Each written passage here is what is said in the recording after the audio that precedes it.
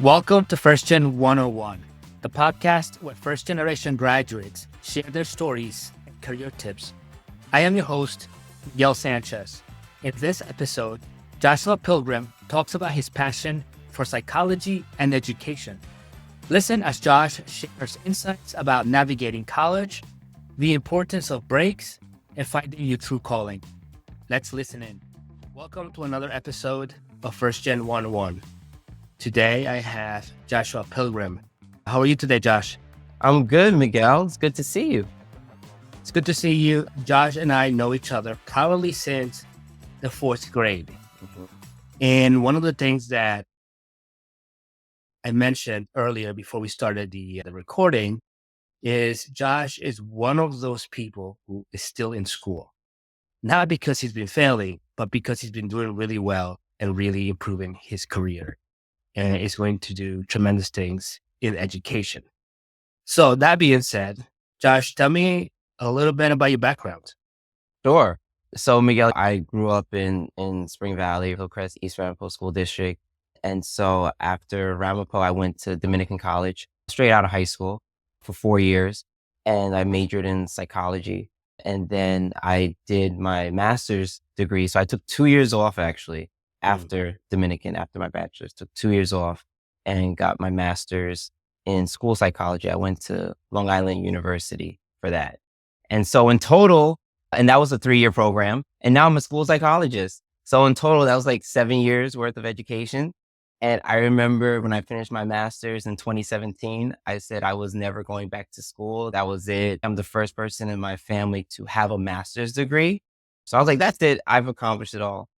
And then after my first year as a school psychologist, I realized that I like the job now, but I don't know if when I'm 45 or 50, if I'm still going to like that. And I wanted opportunities or have opportunities rather for more. And so that's why I decided to do my certification in school leadership, which is what I'm doing now. It took me a couple of years to start that. So I had that realization in 2018. I didn't start this program until the end of 2022, the beginning of 2023. I came from a good home, to say mom, dad, decent home. I have an older sister, but she and I are actually 20 years apart, which I think is going to, as we talk more, I can explain how that kind of impacted my own navigation of college and being first generation college student. And what led you to choose psychology as a major? I don't know if you remember, we had a teacher in Ramapo, Mr. Torres, and he was the psychology teacher. And I took his AP psychology course. And so after taking that course, I was like, wow, I like this subject. Like I like this subject more than any other subject. And I also had a desire for helping people. Mostly, I always knew I wanted to work with kids, especially kids and teenagers.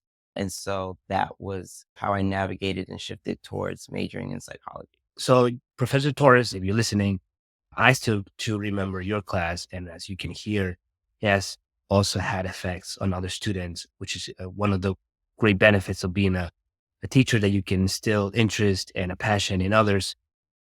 Going into college, let's get right into that. How was that dynamic of navigating college and also the relationship with your family? It was a change. Academically, I think it was okay. I was a pretty decent student academically. I think I just had to learn how to study, and I realized like I was on my own, right? There's nobody there to wake you up anymore. There's nobody there to make sure you ate breakfast, lunch, and dinner. Like a lot of things I had to navigate on my own. I had to figure out where my classrooms were, which building was which, right? Thankfully, I went to Dominican, which is a smaller campus, but I think the academic part was okay. For me, it was more so the social part that was more of the challenge. I had to dorm with a bunch of people and I had a roommate, and I came from a home where I was the only kid in the house. So it was a big shift, right? I had to share a bathroom with a bunch of guys, right? That was all a big shift. I had to hear parties next door, right? Like on a Thursday night. So the social aspect was more of the challenge for me. And once I learned how to navigate that Mm. helped me to be more successful. Did you dorm throughout college or only for a period? I dormed throughout college, all 4 years. At what point did you finally realize, parties on Thursday nights, it's just part of school? I honestly think it was my second year. By my second year, I just realized this is what it is. When you started school as a psychology major, did you know you wanted to go into education? Did you maybe want to go the clinical path? What was that for you? How did you decide? I will say that it took me 2 years to go from my bachelor's to my master's because at the end of my senior year of college, I had like a conversation with someone, with a family member, Mm. and they basically said something like, "Oh, if you want to work in a school, then you're going to have to deal with the politics of the school. And if you don't want to deal with that, then maybe you shouldn't do that." Mm. Just like that. And I started doubting and I was like, maybe I'm not built out for this. And then I was like, I didn't really minor in education. My minor was actually criminal justice. So I was thinking, well, maybe I should just go into forensic psychology since I have more of that background. But even in doing that, and I was looking at John Jay at that time, and even in doing that, I wasn't sure. And a friend of mine at the school had told me, she said, "You don't seem sure about this." And I was like, "No, I am sure. I am sure." And she's like, "No, you don't seem sure." And she said, "It's okay to take a year off. You don't have to go straight into it. It's okay to take a year off." And by her telling me that, I took that advice and I'm glad I did because instead of wasting money on a program that I might not have enjoyed or later on changed my mind and now I got to dish out more money, Mm. I just took the year off to figure it out, which is okay. It's okay to take that year off and figure it out. I like what you said about taking a break. One of the things that I encourage college graduates, if you're not sure about the graduate program, whether it's an MBA or a JD or a PhD, it might be helpful to start working so that you can confirm if that's what you want to do. Something that Josh mentioned that I thought was also important is it sounds like he was very excited. You sounded very excited about working in the school and all the perks that come with it. But there's more to that. You have to get that job if you can or an internship so you can see, there are these perks or these benefits, but there might be also some negatives, so to speak. And so do you want to do that for the rest of your life or the next 10 years? So thank you for bringing that up about how important it is to take breaks. And so did you start working in a school after graduation? Sure. So after graduation, I started working at St. Dominic's Home. So it took me 6 months though. So right after graduation, I was still working in retail in the mall, and that was May. So yeah, so graduation was May of 2012. So by February of 2013, I had started working at St. Dominic's Home, which is in Orangeburg, right by Dominican College. And it's a social service agency. For people that don't know, it's a social service agency, and they have different departments. They have foster care, they have developmental disabilities or OPWD, they have the department that does the accountability, making sure that everybody is doing their role. And if somebody is not doing their role in OPWDD or in foster care, then they provide the services for that. And so my job was, like we say, shuffling papers. So I worked within the accountability department, but it was under foster care. So basically, when kids are discharged from foster care, whether they go back home to their parents or when they are adopted, their records would come from the Bronx because that's where the foster care program was in the Bronx. Their records would come from the Bronx to Orangeburg, and I just had to make sure that they went into a storage area. And so that was mostly my job. It didn't really pay much. It was the first job that was not retail that I had applied for that called me back, but it provided me with certain experiences working with people, being able to handle different personalities. I was able to, as I looked as I went through the records of a lot of these kids, there were just things I was exposed to. Their educational records were in there. And so how to file things away, people don't realize like these basic skills are needed for your careers, right? Mhm. And people think filing is something that's, oh, it's just so easy. If I told you in my job now, how many times somebody misfiles a name because they didn't know which one was the first name, which one was the last name, or a name was spelt wrong, or they have to go through the alphabet in their head still. If I told you how often that happened, like you'd just be amazed. And so people take something like that's so small for granted. But these were all skills that later on helped me, or like I was able to use in the and so yeah, I did St. Dominic's Home, and then while I was at St. Dominic's Home, that was when I started going to grad school. And thankfully, even though the job honestly was not mind stimulating, it allowed me the flexibility to go to graduate school Mhm. at night because my job was like a 9 to 5, Monday through Friday. And then when I started grad school, there were some days I was able to come in. My supervisor actually allowed me to come in at 8 o'clock so I could leave at 4 or 4:30 so I could get to school on time. And so it allowed me the opportunity and the flexibility to pursue my master's degree. So from there, you pursue your master's, and where did you enroll, and what was your focus area? So I enrolled at Long Island University, the Westchester campus. Long Island University, it had a campus in Rockland, which was by St. Thomas Aquinas. And then it had the second campus, which was at Purchase University in Hmm. Westchester. And so that was where I went, the Purchase University campus, because that was the only campus that had the school psychology program. The Rockland campus didn't have that. Oh, And I I see. wasn't traveling all the way out to Brooklyn for it, because that's where the original LIU campus is, in Brooklyn. So I went to LIU Westchester, SUNY Purchase campus. And the program I did was school psychology. It was a 3-year program. So the least amount of time that you could do it was 3 years, Mm. because you would take 2 courses, I believe, in the spring and fall, and then 2 courses in the summer. And that was your first year and second year. And then your third year was your internship year. And I think there was 2 courses. You took like an internship course and then another course Mm. the third year.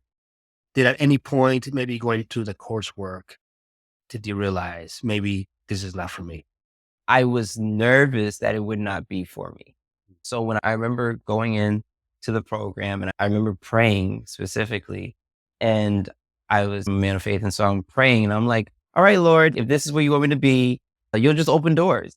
And if this is not where you want me to be, then you won't open doors and I'll just figure it out from there. And so as I went through the coursework, there was not anything that did not interest me. Everything was interesting to me. It was like a constant spark. And so I stayed interested in the subject and in the field. When I got to the field work, so you have to do 90 hours of field work, which is only for a semester. So that's like you go to a school 1 day a week. And then the next semester is your internship, which is 1,200 hours, which you work every day at the school, the whole day. So for people that might already have a job or have a family, it's hard to do. I had people in my program that worked at night at a hospital, Yeah. and then in the daytime, Wow. they went to their internship. Thankfully, I was fortunate enough that I didn't have to do that. But when I started my field work, it was all right because I'm just shadowing the person. But when I started the internship, I was like, all right, this is it. This is the moment where I find out if Yeah. I'm made for this or not.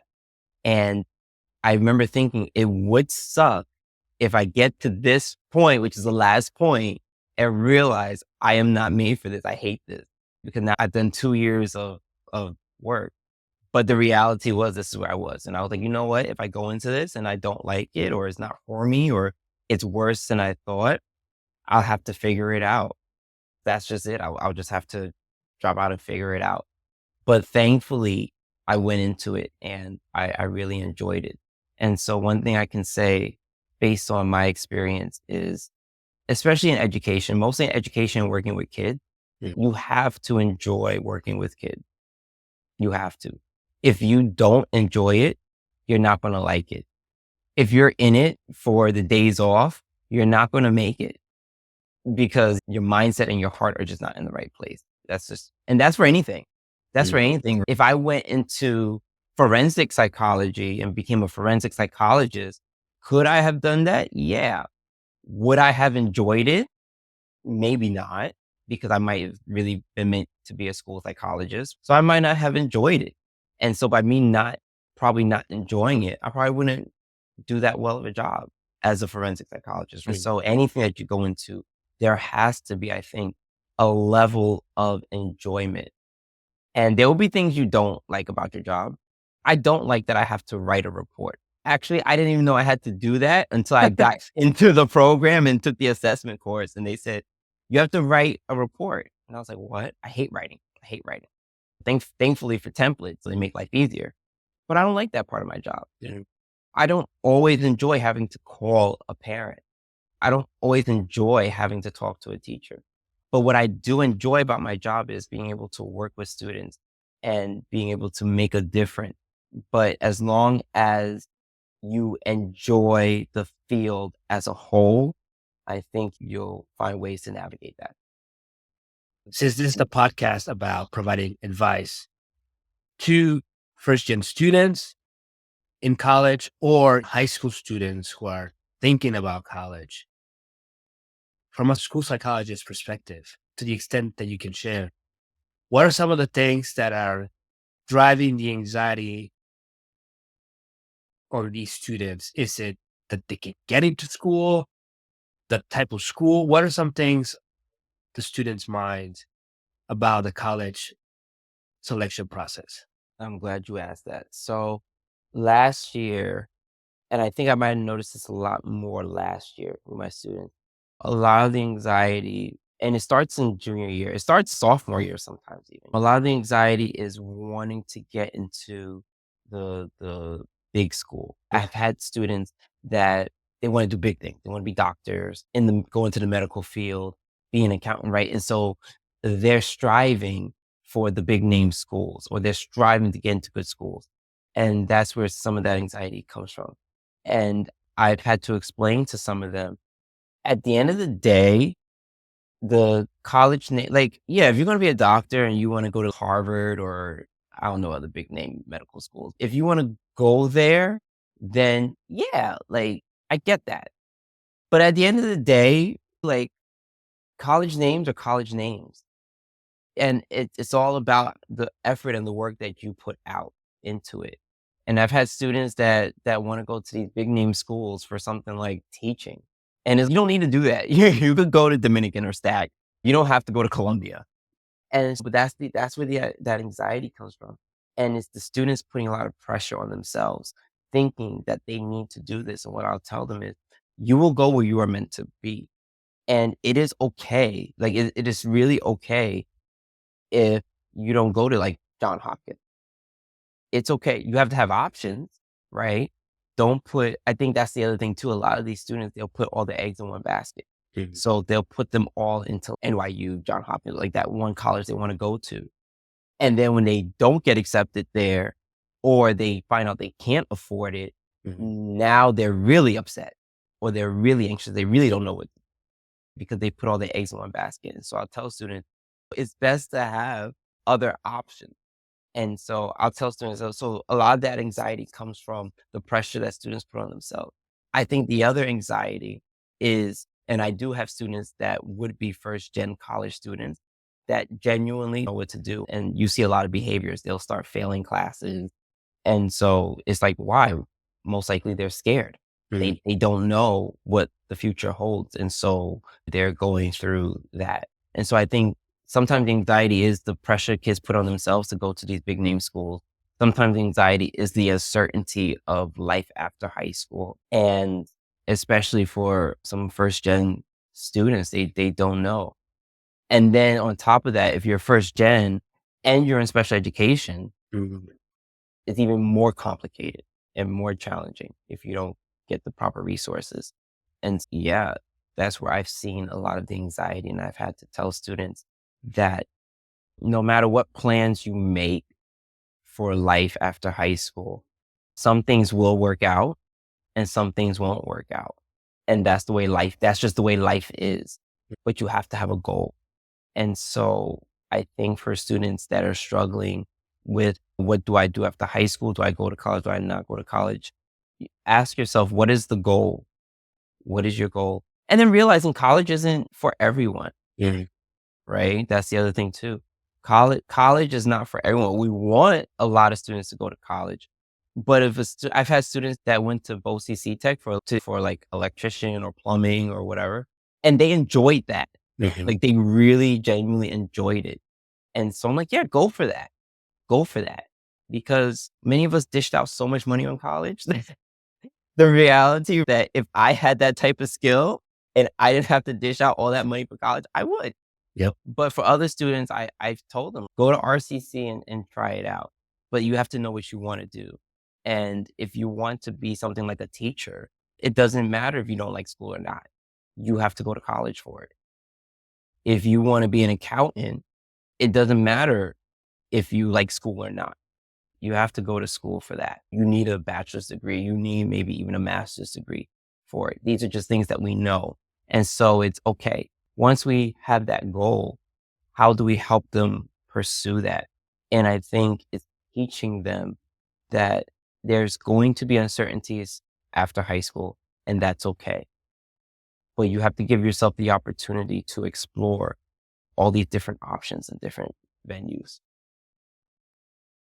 Josh, that was great advice. And I can't think of any other way to end the episode. I think some of the things that you mentioned that stuck with me, one is in your experience, having a clear why. You knew you wanted to go into psychology because you wanted to help people. And then you found a niche where you're helping people in many ways.